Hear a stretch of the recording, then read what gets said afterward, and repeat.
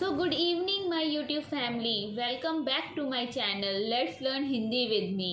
So कल हमने पढ़ा था संज्ञा की परिभाषा और उसके भेदों के नाम।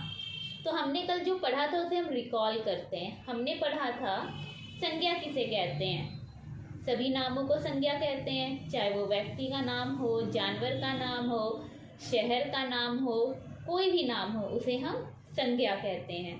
फिर हमने पढ़ा था संज्ञा के कितने भेद होते हैं। तो हमने क्या पढ़ा था, संज्ञा के 5 भेद होते हैं। व्यक्तिवाचक संज्ञा, जातिवाचक संज्ञा, भाववाचक संज्ञा, समूहवाचक संज्ञा और द्रव्यवाचक संज्ञा।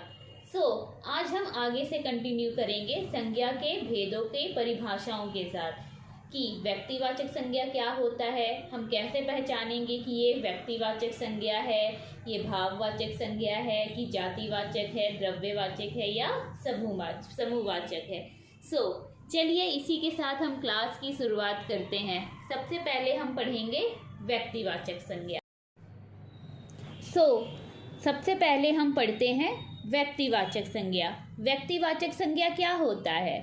व्यक्तिवाचक संज्ञा वो संज्ञा होता है जिन संज्ञा शब्द से किसी एक व्यक्ति, वस्तु या स्थान का बोध हो, उसे हम व्यक्तिवाचक संज्ञा कहते हैं। जैसे राम, राम क्या है? एक व्यक्ति का नाम है, तो राम क्या है हमारा? एक व्यक्तिवाचक संज्ञा। श्याम व्यक्तिवाचक संज्ञा। टेबल, अब ध्यान से समझिए, टेबल, टेबल क्या है? टेबल तो एक बैठने का साधन है, ये बैठने के लिए इस्तेमाल होता है, लेकिन टेबल एक नाम को इंगित कर रहा है। क्या कर रहा है? नाम को दर्शा रहा है, तो इसलिए टेबल क्या है हमारा? व्यक्तिवाचक संज्ञा। क्या है टेबल हमारा? व्यक्तिवाचक संज्ञा। दूसरा भेद है हमारा जातिवाचक संज्ञा। जातिवाचक संज्ञा क्या होता है? जिन संज्ञा शब्द से किसी प्राणी या वस्तु के समस्त जाति का बोध हो, यानी पूरे जाति का बोध हो, उसे हम जातिवाचक संज्ञा कहते हैं। किसका बोध हो?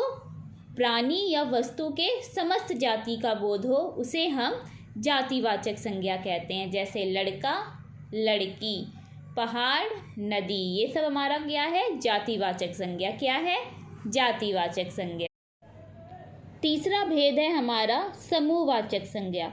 समूहवाचक संज्ञा क्या होता है? जिन संज्ञा शब्द में हम केवल एक व्यक्ति की बात ना कर पूरे समूह यानी पूरे समाज की बात करें, उसे हम समूहवाचक कहते हैं, समूहवाचक संज्ञा कहते हैं।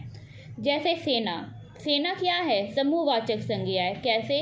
क्योंकि यहाँ पर हम एक सैनिक की बात नहीं कर रहे, हम बहुत सारे सैनिकों की बात कर रहे हैं, तो सेना क्या हुआ हमारा? समूहवाचक संज्ञा, क्योंकि यहाँ पर हम उसके समूह की बात कर रहे हैं।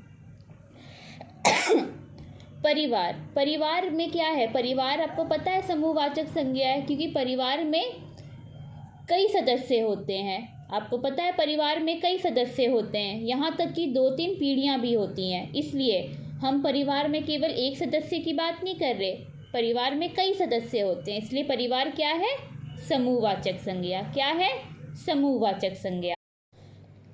चौथा भेद है हमारा द्रव्यवाचक संज्ञा। द्रव्यवाचक संज्ञा क्या होता है?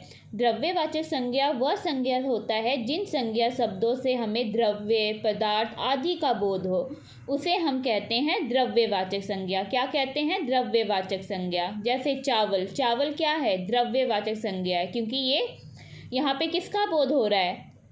खाने का, क्योंकि चावल क्या है? भोजन की सामग्री है, खाने का काम आता है। फिर आता है हमारा चांदी। चांदी क्या है? चांदी है हमारा द्रव्यवाचक संज्ञा, क्योंकि चांदी आभूषण का भाग है, आभूषण के लिए इस्तेमाल होता है। अब आता है हमारा ऊन। ऊन क्या है? द्रव्यवाचक संज्ञा, क्योंकि ऊन वस्त्र बनाने के लिए उपयोग किया जाता है, इसलिए हमारा ऊन क्या है? द्रव्यवाचक संज्ञा। पांचवा भेद है हमारा भाववाचक संज्ञा। भाववाचक संज्ञा कौन सी संज्ञा होती है? वो संज्ञा होती है जिसमें हमारा गुण, दोष, धर्म, दशा आदि का बोध हो, उसे हम कहते हैं भाववाचक संज्ञा। क्या कहते हैं? भाववाचक संज्ञा। जैसे क्रोध, क्रोध क्या है? गुस्सा, ये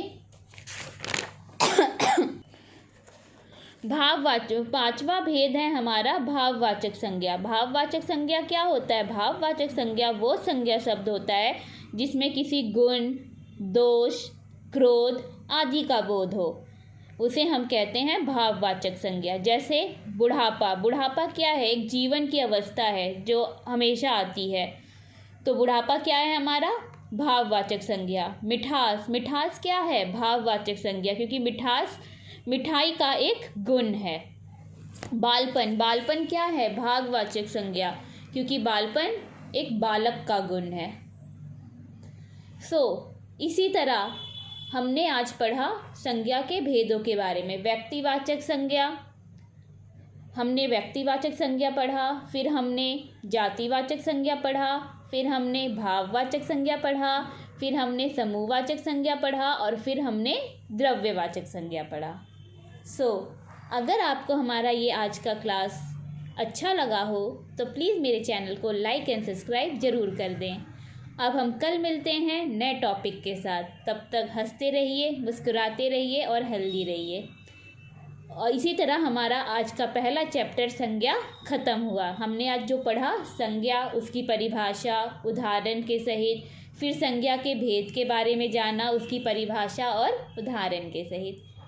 अगर आपको हमारा आज का वीडियो अच्छा लगा हो तो please please please like and subscribe my channel. तब तक के लिए goodbye, take care, good night. पांचवा भेद है हमारा भाववाचक संज्ञा। भाववाचक संज्ञा क्या है?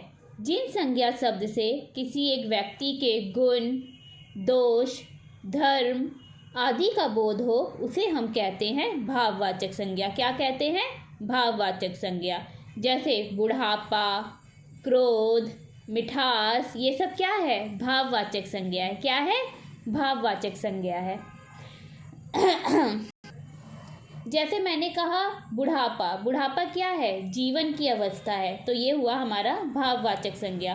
फिर मैंने कहा मिठास। मिठास क्या है? मिठाई का एक गुण है, तो ये हुआ हमारा भाववाचक संज्ञा। और बालपन क्या है? एक बालक का ये गुण है, तो ये हुआ हमारा भाववाचक संज्ञा। और क्रोध क्या है? क्रोध एक व्यक्ति का गुण है, दशा है, तो ये हुआ हमारा भाववाचक संज्ञा। तो इसी तरह हमारा आज का ये टॉपिक संज्ञा आज कंप्लीट हुआ। अगर आपको हमारा आज का ये ब्लॉग अच्छा लगा हो तो प्लीज़ मेरे चैनल को लाइक एंड सब्सक्राइब ज़रूर करिएगा। मिलते हैं कल कोई न्यू टॉपिक के साथ। तब तक के लिए हंसते रहिए, मुस्कुराते रहिए और हेल्दी रहिए। Love you all, bye, good night, take care.